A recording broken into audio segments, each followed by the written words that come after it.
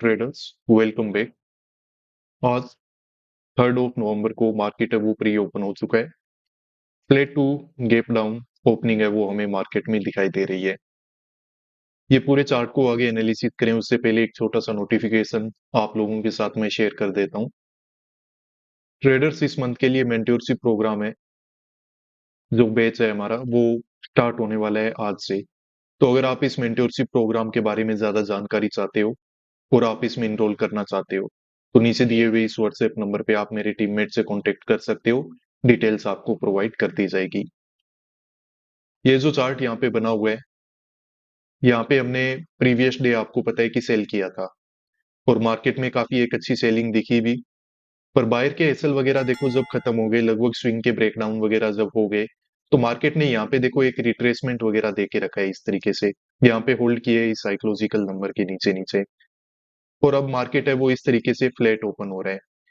तो देखो directly by करने का तो यहाँ पे हमारा कोई प्लान है नहीं, क्योंकि ओवरऑल यहाँ पे चार्ट में जो हमें दिखाई दे रहा है तो सेलर में स्ट्रेंथ है और वो मार्केट को एक डायरेक्शन देके नीचे लेके भी आ रहा है, और इसके बेसिस पे हमने काम करके भी रखा है और उसमें हमें अच्छे रिजल्ट भी मिले हैं। तो डायरेक्टली यहाँ पे बाइंग साइड में तो कोई प्लान हम बना नहीं सकते। और मार्केट अगर ऊपर ऐसे निकल ही जाता है तो फिर थोड़ा वेट करके काम करेंगे, क्योंकि फिर हो सकता है कि मार्केट बाइंग साइड वगैरह में निकल जाए। वहां पे क्या साइकोलॉजी लगेगी, चार्ट रिपीट वगैरह की साइकोलॉजी लग सकती है। नहीं तो जैसा मार्केट अभी ओपन हो चुका है यहीं से रिजेक्शन वगैरह लेगा तो कहीं ना कहीं पे हम भी सेल साइड में ही मार्केट में ट्रेड लेने की कोशिश है वो यहाँ पे करने वाले हैं।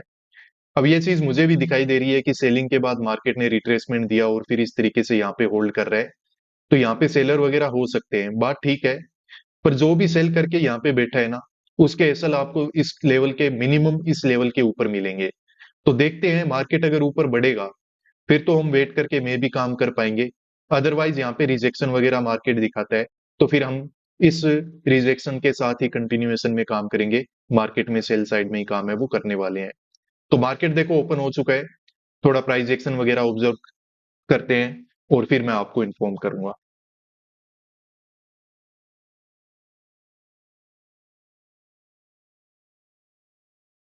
तो देखिए, जो पोजीशन हमने बनाई थी यहाँ कहीं पे मार्केट में सेल साइड में, उससे एग्जिट है वो हमने ले लिया है और मार्केट में आज के दिन हाँ यहाँ पे हमारा एसएल है वो हंट हुआ है। मार्केट में काफी एक अच्छी वी शेप रिकवरी है वो हमें यहाँ पे दिखाई दे रही है।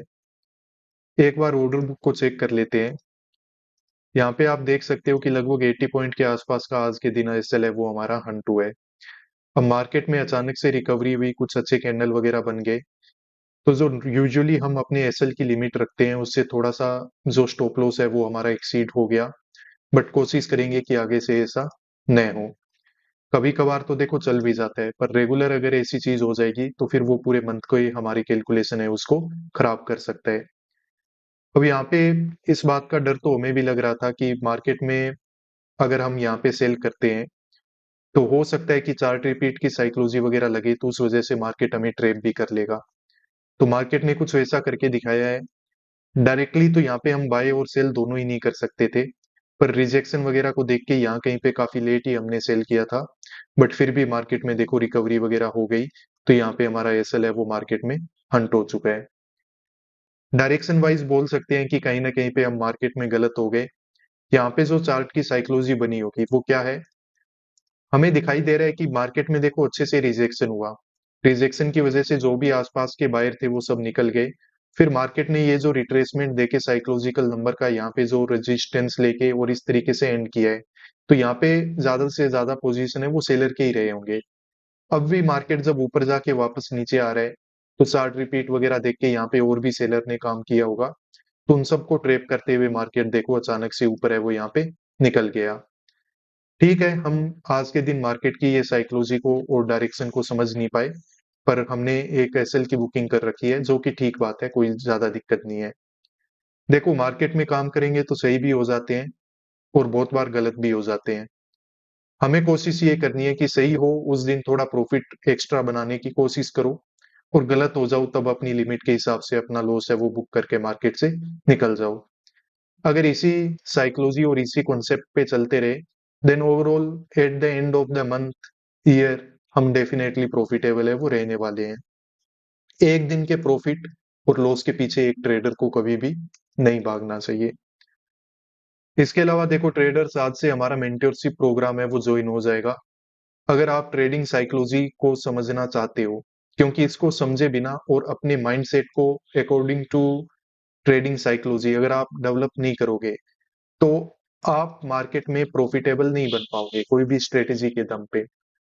तो ये जो मेंटरशिप प्रोग्राम है, इसमें आपको ट्रेडिंग साइकोलॉजी ही समझाई जाती है, चार्ट की साइकोलॉजी क्या होती है, टेक्निकल्स भी ऑब्वियसली बताए जाते हैं, बट जो मेन फोकस है वो हमारे डिस्कशन का ये रहता है कि हम ट्रेडिंग साइकोलॉजी को समझें।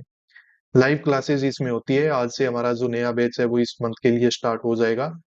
अगर आप इसमें इनरोल करना चाहो तो नीचे दिए हुए इस व्हाट्सएप नंबर पे मेरे टीममेट से कांटेक्ट करो, वो आपको कंप्लीट डिटेल है वो यहाँ पे प्रोवाइड कर देगा। अब देखते हैं आगे मार्केट में कैसा मूवमेंट होता है, उसके बेसिस पे पता चलेगा कि कल हमें काम है वो कैसे करना है। क्योंकि अभी तक अगर देखा जाए तो मार्केट में देखो, अगर कोई सेलर भी बैठा हुआ था ना, वो अभी भी हमें कंफर्मेशन नहीं है कि ये अपने पोजीशन को हटा चुका है या फिर मार्केट ने इसको टारगेट बनाने की कोशिश कर रहा है। हो सकता है थोड़ा इस तरीके का मूवमेंट करके नए बायर वगैरह को इनवाइट करे, और हो सकता है कि नए अगर बाइंग साइड के पोजीशन बन गए तो मार्केट ऊपर भी निकल जाए। तो मार्केट में नया मूवमेंट होने दो, उसके बाद ही आगे की डायरेक्शन है वो हमें चार्ट में पता चलेगी। मिलते हैं नेक्स्ट वीडियोस में ट्रेडर्स। आज की इस वीडियो को आखिर तक देखने के लिए धन्यवाद। Peace out.